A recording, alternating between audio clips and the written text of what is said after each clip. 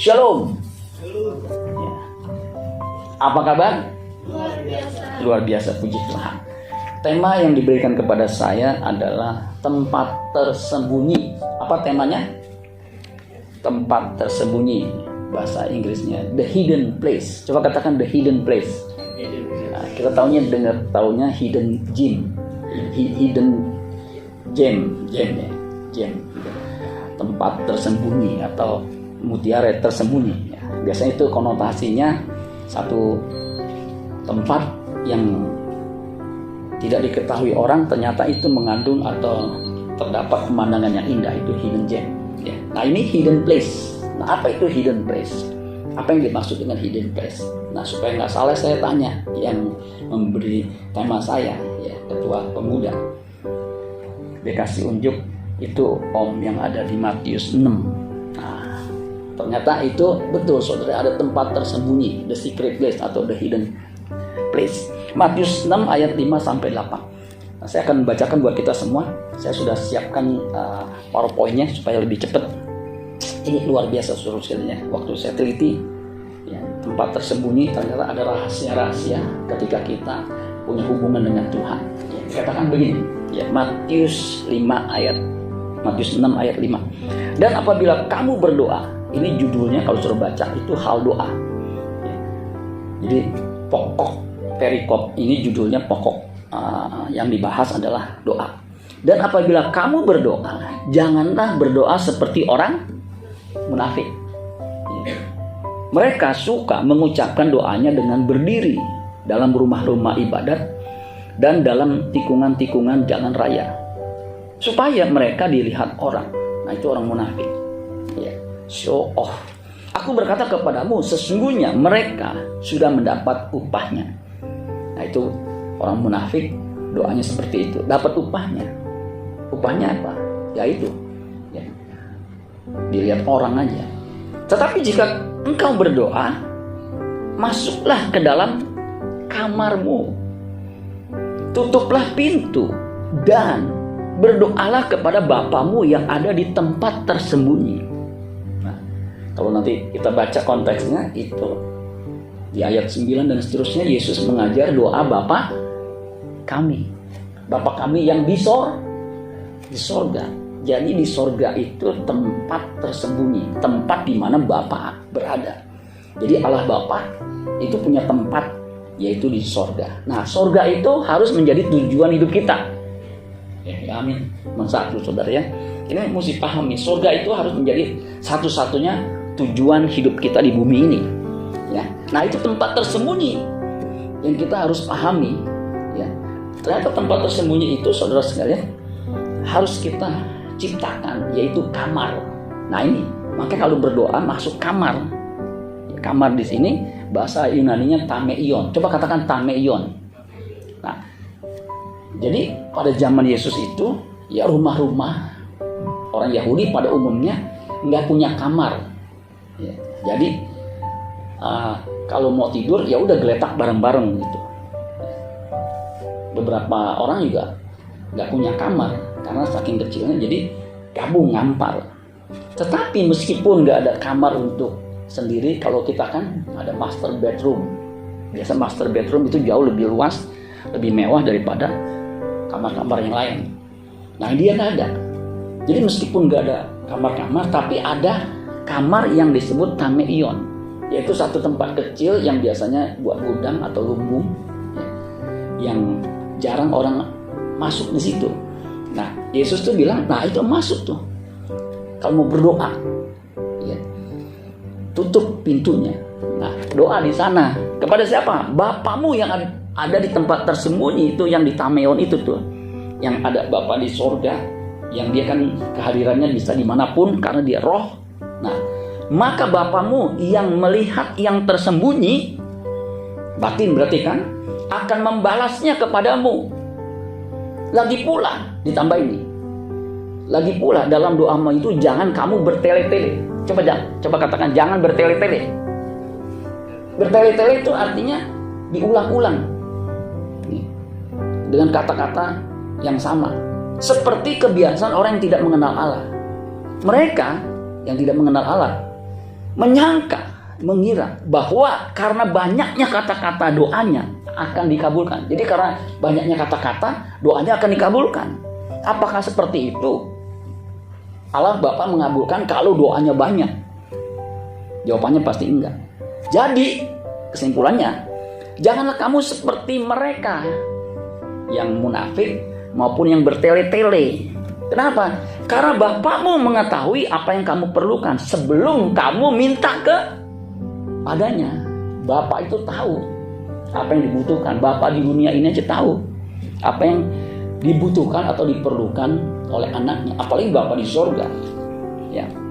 Ada satu terjemahan bahasa Inggris. Nah, ya. Bunyinya begini. Whenever you pray, do not be like the hypocrites, because they love to pray while standing in synagogue, di sinagoga, rumah sembahyang orang Yahudi, and on street corners, ya, di sudut jalan, so that people can see them, supaya orang bisa melihat. Truly I say to you, they have their reward. Udah dapat upahnya. But whenever you pray, nah ini untuk kita nih ya, go into your room. Nah room itu tameion, ya. Close the door. Coba katakan close the door. Artinya tutup pintu. Open the door artinya buka pintu. Kalau kekunci pintu nggak bisa kebuka, gua gedor-gedor ya saudara ya. Close the door and pray to your Father in secret. Nah itu in secret tuh, tempat tersembunyi itu secret. And your Father who sees in secret will reward you. Ayat 7. When you pray, do not babble repeatedly. Babble itu menggenggong ya, repeatedly, ulang-ulang begitu. Like the Gentiles. Gentile itu orang yang tidak mengenal Allah, ya. Gentile. Because they think that by their many words, dengan banyaknya kata-kata, they will be heard. Ya, mereka pikir dengan banyaknya kata-kata itu doanya didengar, dikabulkan. Ya. Nah, terjemahan yang lain saudara sekalian, supaya kita bisa punya pemahaman yang lengkap, ya, firman Allah yang hidup. Dan sekarang mengenai doa, ini mengenai doa. Apabila kalian berdoa, jangan berbuat seperti orang munafik yang berpura-pura saleh. Nah ini, ya. Kita nggak boleh berpura-pura saleh, padahal salah. Ya. Dengan berdoa di hadapan umum dan di rumah-rumah ibadat di mana setiap orang dapat melihat mereka. Sesungguhnya hanya itulah pahala yang mereka terima. Cuman itu aja. Cuma lihat, oh gitu ya. Nggak ada efeknya. Padahal kita nggak boleh pura-pura saleh. Kita harus benar-benar saleh. Kita harus benar-benar saleh. Amin. Ya. Kalau pura-pura saleh nggak dia saudara? Cuman pura-pura. Kalau di gereja, ya, kelihatannya saleh. Kalau di rumah, waduh, luar biasa ya. Di gereja tangannya diangkat, tapi di rumah tangannya tuh dipakai buat mukul atau melukai orang. Wah itu luar biasa tuh ya, munafiknya ya. Pura-pura saleh itu munafik saudara ya. Muka nabi pikiran kotor, pikiran jahat ya. Ada tuh begitu. Saya juga kadang-kadang empat juga ya. Pendeta kok begitu ya. Di depan sih, waduh, ngomongannya saya ambil-ambil ya. Jangan sampai itu terjadi sama saya. Udah empat banget deh ya. Kan yang paling tahu kan pasti orang-orang dekat, keluarganya atau istrinya atau anaknya atau siapa begitu saudara ya. Nah itu munafik tuh, pura-pura saleh ya. Apabila kalian berdoa, masuklah ke dalam kamar, kuncilah pintu, dan dengan diam-diam, perhatikan, berdoalah kepada Bapa yang di surga. Tadi Bapa yang ada di tempat tersembunyi. Nah itu surga. Yang tadi saya katakan harus jadi tujuan hidup kita. Maka Bapa yang mengetahui segala rahasia akan memberi kalian pahala. Jadi Allah Bapa itu tahu relungan yang ada dalam hati kita. Dia tahu. Bahkan sebelum kita minta, dia tahu nih. Ya misal kita mau berdoa nih, Tuhan tolong saya. Lagi nggak punya duit nih, karena apa? Udah tangguh bulan. Nah, Tuhan tahu tuh. Ya. Saya waktu istri saya operasi ya, saya cuma begini, aduh, ini lumayan nih Tuhan ya. Saya butuh duit nih. Tuhan tahu tuh. Makanya dia bisa bergerak dalam waktu 1 1 minggu itu 60 juta terkumpul terus kalian. Saya gue heran juga ya. Dulu saya berpikir cuman ya pendeta-pendeta tertentu aja yang ada orang ngirimin gitu ya. Sebelumnya juga saya mengalami ada orang yang ngirim uang yang cukup besar ya, yang saya juga nggak tahu begitu ya. Tapi itu begitu Tuhan tahu. Stresnya saudara sekalian, tagihan rumah sakit begitu besar. Walaupun kita udah bagi 3 bulan tanpa bunga, tapi kan tetap mesti dibayar kan. Mana istri saya kasih laporan, lumayan, tahap pertama sudah selesai. Maksud istri saya, ayo tepuk tangan dong, begitu ya. Saya tepuk tangan dalam hati saudara ya. Tuh saudara, kebutuhan itu bertumbuh tinggi. Gigi saya nggak kepugu-puguan, copot. Baru dibetulin 2 juta 2 bulan Maret yang lalu, copot, udah saya biarin dah ya. Mungkin ini udah umur mendekati 60 tuh begitu ya. Jadi saya biarin, saya nggak mau lagi balik ya, karena itu aja belum Maret itu belum hilang capeknya gitu. Nggak lama, gigi bawah saya, aduh kok sakit nih, nyut. So tau kan kalau sakit gigi, mendingan sakit hati, betul nggak? Sakit gigi tuh, aduh ini sekotbah bisa gregetan semua, apalagi lihat jemaatnya begini, aduh gak usah bisa senewan. Ya saya bilang, aduh ke dokter deh, aduh saya tunda-tunda ya, tapi semakin sakit. Saya ini rajin sikat gigi, sebelum tidur saya nggak sikat gigi kalau harus sikat gigi. Habis makan saya biasa cepet-cepet sikat gigi, jadi saya jaga lah. Sikat odolnya juga yang Sensodyne, sikat giginya juga yang Oral-B yang super thin supaya gigi gusi nggak rusak. Jadi udah jaga lah, sebab gigi saya udah reges, udah kagak rata. Kalau banyak omongan lebih jelek, betul nggak saudara sekalian? Akhirnya udah cabut. Saya pikir cabut juga paling 200-300 ribu, 2 juta lagi. Aduh, itu kan mesti dibayar, betul nggak saudara sekalian? Nggak bisa dirimbas. Mobil udah mesti di servis, udah mau setahun. Itu mesti kan 6 bulan. Ini setahun saya tunda karena jarang keluar. Ternyata itu servis besar 80 ribu kilo, padahal kan kilometer cuma 50. Tapi ini karena ikutin di Astra, tuk. Ini Pak habis nih 7,5 juta Pak.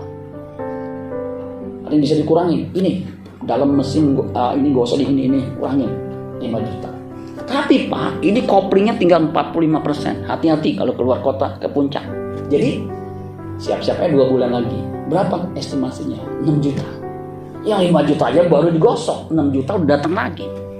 Tapi Tuhan tahu. Habis terus sekalian?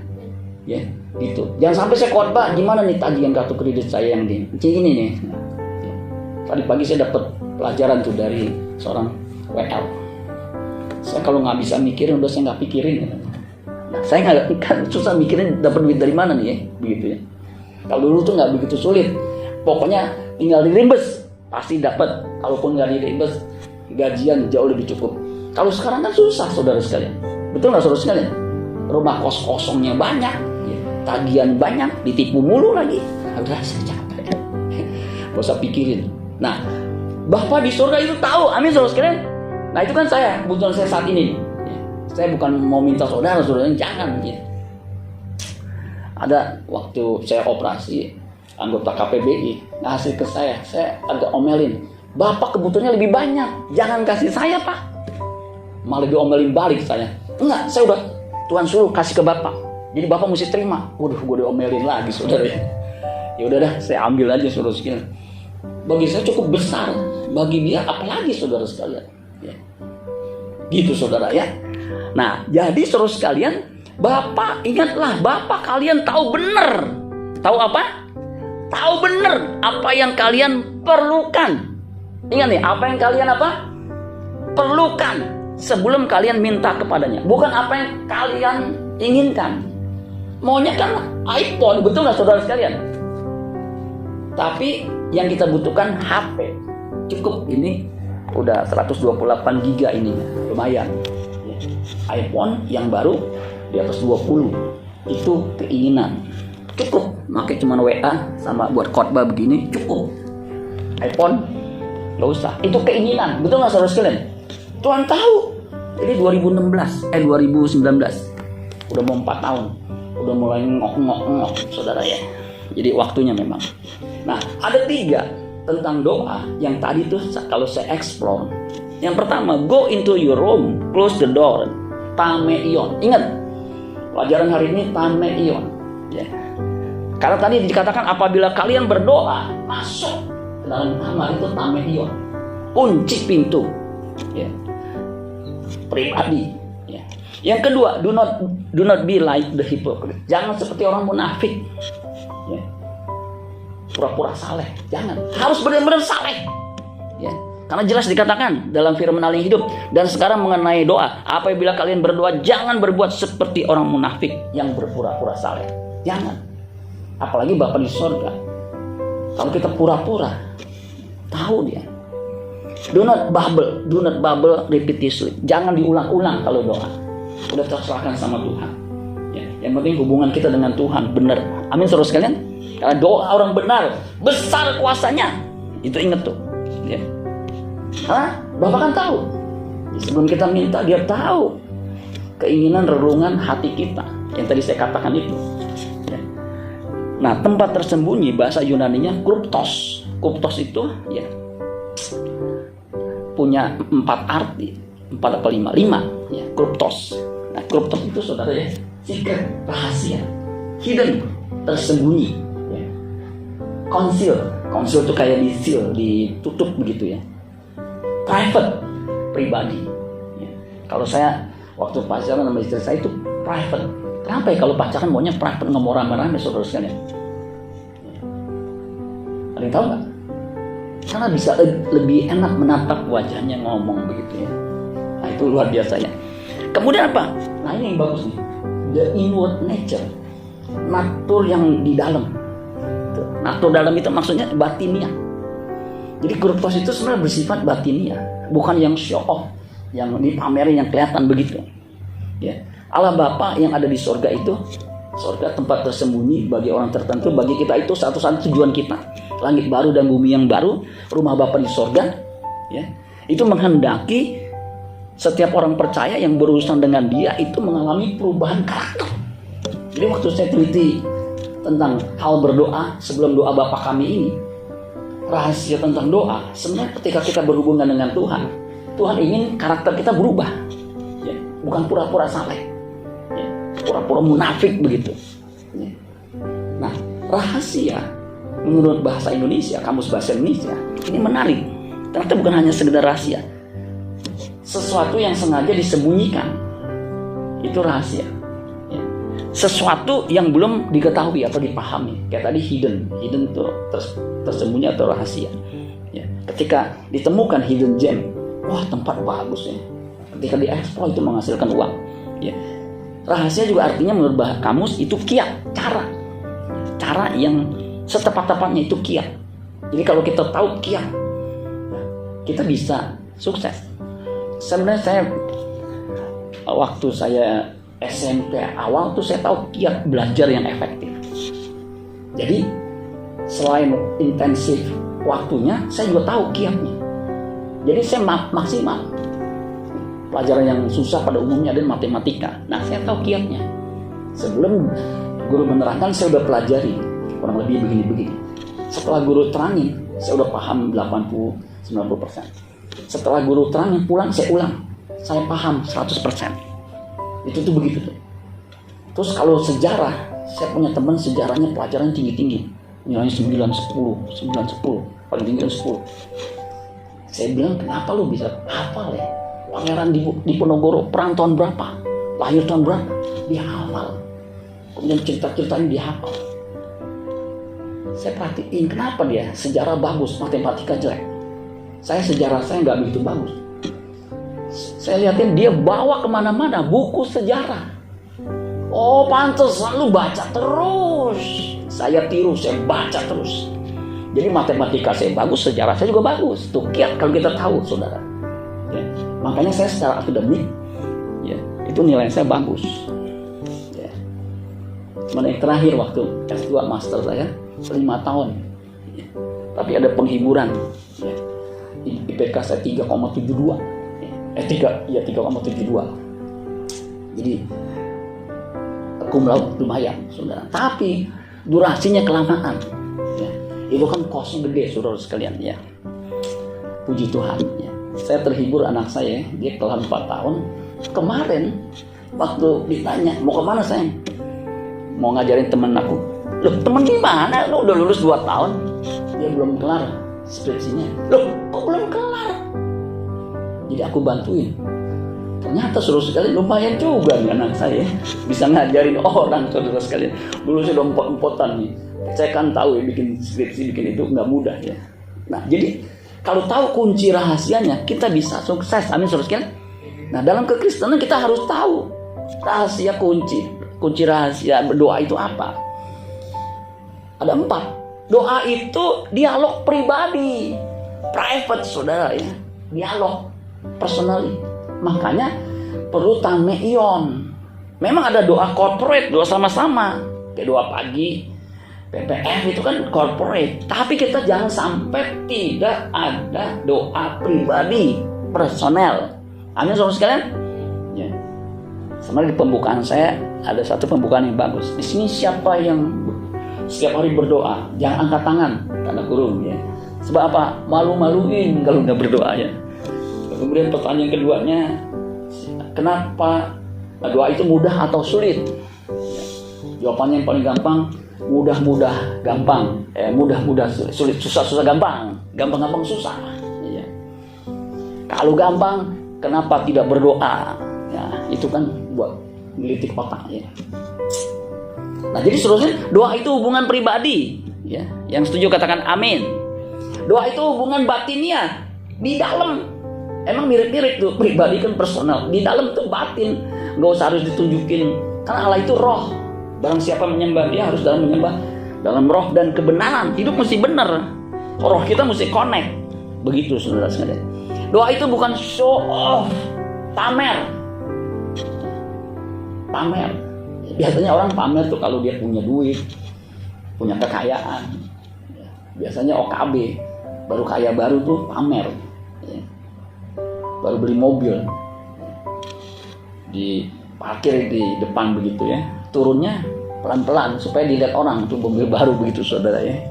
Memang kalau mobil baru emang punya exciting tersendiri. Saya akui saudara sekalian ya, kalau punya mobil baru begitu ya. Saya pernah waktu pertama kali mobil baru, betul-betul baru, istri saya mau minta jemput ya. Di puncak, saya bilang ada puncak macet ya. Ya pikir sekalian test drive ya. Betul saudara, waduh, waktu nyampe begitu jemputnya, itu mobil apa tuh, baru tuh, ya teman-teman pada keluar, cek, gitu terus. Waktu kebaktian di Cipinang itu, masuk, mobil apa tuh? Nah sebenarnya kan saya mobil tua ya. Oh mobil baru gitu terus. Itu ada excitementnya ya. Punya cenderung untuk dipamer. Nah waktu mobil saya mogok mulu, aduh saya stres saudara ini. Saya cuma doa Tuhan, kayak pendeta lain kayak gitu ya, tiba-tiba mobil depan gitu mampir, buat ini nih bapak pendeta ini gitu ya. Kalau nongol terus ini, sampai satu kali ada mobil hitam, sebenarnya mobil siapa nih, tim gitu ya. Betul ada yang ngirim saudara mobil. Ya, itu tuh saya pakai.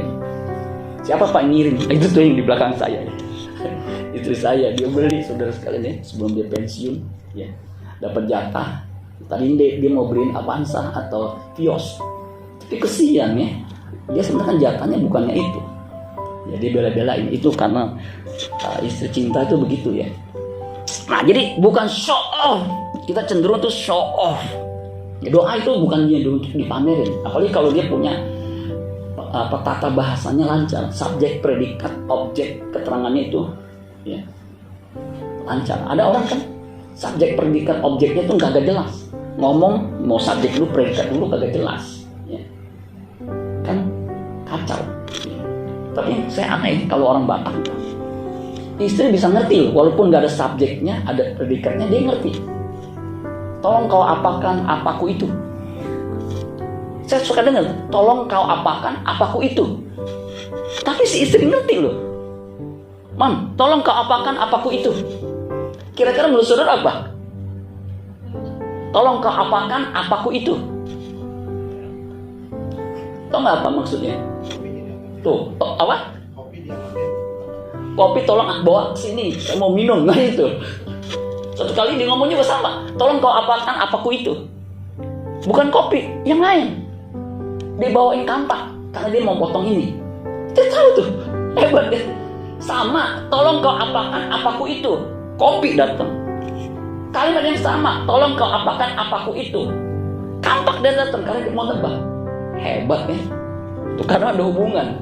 Amin, saudara sekalian. Kalau suami istri, kalau suaminya cuma dia tahu tuh, apa tuh? Hah? Tahu. Kalau dia ada tamu, istri cepet-cepet bawa minuman atau snack buat tamunya. Gitu doang, saudara. Itu hubungan pribadi, kenal. Ya. Kalau saya lihat istri saya udah mulai, ya, dia biasa ceria udah gini, aduh saya udah ngeri deh, pasti ada sesuatu nih, begitu ya. Nah yang terakhir, menuntut perubahan karakter. Jadi doa itu hubungan kan? Yang Tuhan kehendaki itu perubahan karakter, bukan yang lain. Tuhan lebih concern terhadap karakter kita dibandingkan kebutuhan kita. Karena perubahan karakter itu kebutuhan yang paling mendasar. Kalau saudara nggak berubah di bumi ini, sampai satu titik saudara tidak bisa mengalami perubahan lagi, udah incurable, udah nggak bisa diperbaiki, udah serosis, itu selamanya nggak akan berubah. Ya, makanya ada pendeta, walaupun udah bertahun-tahun jadi pendeta, ya, jahat mah tetap aja jahat. Ya, dulu saya kaget, ya, dia lebih muda dari saya, dia udah gembala di satu tempat, dulu sama-sama di sini, dia kan pengertiannya. Dia cerita, itu tuh Pak, pendeta itu udah senior disebut, jahat. Saya kaget. Enggak, Bapak nggak tahu, saya pernah tinggal di situ. Lebih duniawi dari orang dunia. Kaget loh. Ternyata pendeta yang sama diomongin ketika saya khotbah. Wah itu mah Pak, jahitan. Saya kan connect ya, walaupun saya nggak ngomong ya. Kok sama ya? Tuh, udah tua bangka. Kalau nggak punya awareness untuk berubah, nggak akan berubah. Begitu. Makanya itu betul. Kita bisa sukses. Mungkin sebagai gembala gereja kita besar di atas 2000 jemaatnya. Itu kan apa namanya? Gereja besar apa namanya itu? Church apa namanya? Mega church betul ya. Sekarang ini saudara ya, yang jadi pimpinan itu kan mega church di atas 2000 saudara. Ya. Saya juga kadang-kadang apa iya ya, betul ya, begitu ya. Ya. Gereja kita kan bukan mega church, ya middle bawah ya, begitu yang belum sampai mega church. Ya. Jadi itu saudara ya, jadi apa ya? Udah mega church tapi kelakuannya, aduh, sombongnya luar biasa. Jadi kalau ini dia merasa dia kan mega church, ya lu kan gerejanya cuma 20-70. Ya. Itu mah doa pagi gua aja udah 300. Nah itu saudara. Kita nggak dipandang sebelah mata gitu ya. Kalau sebelah masih mending ya begitu ya, kicep-kicep ya. Aduh, itu belajar. Saya dulu kan baru pendeta ya. Biasa tuh ya. Saya waktu itu belum paham. Antri. Saya bilang ini antri kayak dikasih kupon buat ambil badge, ambil snack segala macam. Udah panas-panas kagak ada AC. Itu di gedung pencak silat di taman ini. Saya bilang, aduh ini kok kagak manusiawi banget ya. Antri begini. Ada penghiburan. Saya tahu dia direktur. Waktu saya di gereja lama itu kan dia direktur. Pak, saya sebut namanya. Kan udah almarhum ya. Nanti juga, iya nih kayak nganter sembako dia keringetan pakai jas ya. Dia mati gua direktur, kesian juga nih. Akhirnya dapet ya. Pas saya keluar, Pak Gembala, Pak Bingkus, ngapain Cep? Apa Cecep ngantri-ngantri? Makan dulu aja. Saya bilang bener juga. Ngapain ngantri panas-panas? Ke situ aja makan. Saya udah ngantri panas-panas makan, apa dapetin buat kuponnya. Ya. Nah, itu luar biasa tuh, mesti dipikirin juga tuh, belajar juga ya, saudara ya. Nah, jadi saudara perubahan, amin saudara sekalian. Nah, Yesus itu kalau kita baca dalam hidupnya sebagai manusia, ingat Yesus manusia sepenuhnya. Ibrani 5 ayat 7. Ya. Kalau Ibrani 2 ayat 17, dalam segala hal ia disamakan dengan manusia karena memang manusia sepenuhnya. Nah, ini jelas dalam hidupnya sebagai manusia. Ya. Kalau Filipi 2 ayat yang kelima dan selanjutnya, dia mengosongkan diri menjadi hamba, menjadi sama dengan manusia. Ya. Dalam segala hal disamakan dengan manusia. Ia telah mempersembahkan doa, ingat tuh, dan permohonan dengan ratap tangis dan keluhan kepada Dia yang sanggup menyelamatkannya dari maut. Dan karena kesalehannya ia telah didengarkan. Ya. Dan sekalipun ia adalah anak, ia telah belajar menjadi taat dari apa yang telah dideritanya. Dan sesudah ia mencapai kesempurnaan karakternya, ia menjadi pokok keselamatan yang abadi bagi semua orang yang taat kepadanya. Jadi Tuhan menuntut kita mengalami perubahan, mengalami kesalahan seperti Kristus standarnya. Nah, baliknya ke tadi itu 4 tadi ya, saudara. Jadi di situ saudara, Yesus itu jadi pokok keselamatan, artinya jadi model, menjadi contoh. Orang yang punya hubungan dengan Bapa di surga itu mengalami perubahan ke arah yang baik, bisa menyentuh orang melalui kehidupannya. Memang gak mudah saudara ya, untuk bisa seperti itu tidak mudah, harus punya kesadaran ya. Nah saudara, ada seorang teolog ya, seorang penulis namanya Oswald Chambers. Dia bilang begini, nah ini bagus nih ya. Doa bukan semata-mata untuk mendapatkan sesuatu dari Allah, minta ya. Makanya doa Yabes itu bagi para teolog kemakmuran, Injil kemakmuran itu sesuatu yang luar biasa. Saya pun dulu hampir ya, karena saya punya koleksi buku-buku Yabes itu ya. Padahal cuma 1 ayat, saya bilang luar biasa di Yabes nih. Ada lagunya kan tuh, kiranya Engkau memberkati aku berlimpah-limpah. Orang kan mau kalau diberkati berlimpah-limpah ya, untuk dapat sesuatu. Itu hanyalah jenis doa yang paling dasar, paling mendasar. Doa adalah memasuki persekutuan sempurna dengan Allah. Makanya jangan berhenti berdoa terus menerus. Itu maksudnya itu begitu, connecting ya. Nah, yang Tuhan kehendaki tadi ya, urusan dengan Tuhan itu perubahan. The first step toward change is awareness. Untuk kita bisa mengalami perubahan harus ada kesadaran, harus ada awareness. Ya. Kalau Paulus itu harus menyadari di dalam dirinya itu ada 2 manusia. Manusia yang berkodrat dosa dan berkodrat ilahi. Yang dia harus kembangkan adalah kodrat ilahinya. Kalau kodrat dosa itu nggak usah dikembangin, udah jahat, karena manusia punya kecenderungan jahat. Kejadian 6 ayat 5, nggak usah dikembangkan. Makanya mesti punya kesadaran. Itu langkah awal. Nah, kesadaran itu harus dibangun ketika di dalam doa. Tuhan, aduh, saya kok masih duniawi ya, saya kok masih jahat ya, kok saya masih begini ya. Di situ saudara ya. Makanya disingkat ABC, awareness before change ya. Jadi sadar sebelum berubah itu didahului dengan kesadaran, awareness. Nah, itu ABC, ingat tuh ya, awareness before change. Daud itu dia punya tameion. Makanya Daud itu mengalami perubahan yang luar biasa walaupun dia gembala. Kalau kita baca ya, Daud menjadi manusia unggul karena bergaul dengan Allah di tameionnya. Kalau suruh baca, Daud itu 7 kali sehari berdoa memuji-muji Allah. Tuh kan, karena hukum-hukummu adil. Makanya nggak heran ketika diperhadapkan dengan Goliat, orang-orang pada umumnya takut dengan tentara yang tingginya 3 meter itu. Mendatangi karena dia manusia unggul ya, begitu terus. Dan saya yakin, percaya di mana-mana ya, kalau kita punya hubungan baik dengan Tuhan, kita jadi manusia unggul.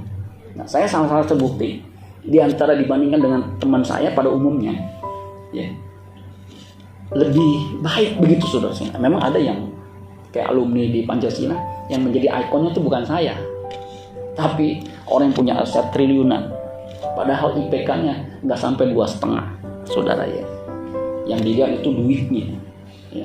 Tetapi rumah tangganya berantakan ya. Apakah itu jadi contoh bagi dunia? Itu ikon. Kenapa?